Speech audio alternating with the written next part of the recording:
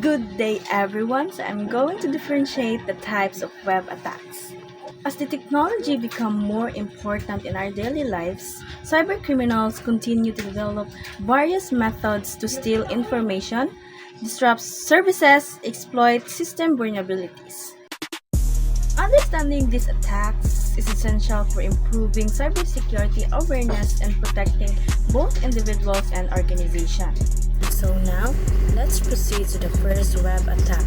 SQL injection attack. It's a cyber attack that leverages vulnerabilities in the web application's input fields to manipulate the underlying databases. It exploits the lack of proper validation and sanitation of user inputs, enabling attackers to inject malicious SQL queries directly into the application database. So now let's proceed to the cross-site scripting attack. It injects malicious script into web pages executed by unsuspecting users' browsers. This script can steal sensitive data, hijack user sensation, or redirect user to fraudulent sites. Next is distributed denial of service attack. Are orchestrated attempts to overwhelm a target system, network, or website with flood traffic. Next is man-in-the-middle attack.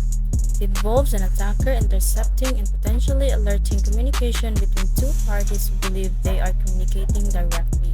Lastly, clickjacking attack. UI redressing involves the artful concealment of malicious content behind seemingly innocent element on a web page.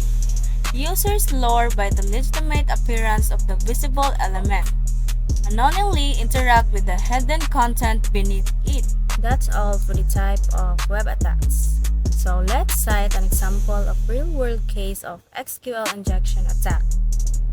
In 2008, Heartland Payment System, a large credit card processing company, fell victim to a SQL injection attack that resulted in the compromise of 130 million credit card numbers. Attackers injected malicious SQL queries into company poorly secured web application, gaining direct access to their internal databases. So, how is it happen? Vulnerable input field was exploited, likely a form or URL parameter. Attackers gained escalated privilege and moved literally within the network. Sensitive customer data was siphoned over several months before detection. Lesson learned. Use prepared statement and input validation to prevent malicious payloads. Use anomaly detection system to identify anomal database queries or exploration patterns. Even if attackers gain access, encrypted data remains difficult to exploit.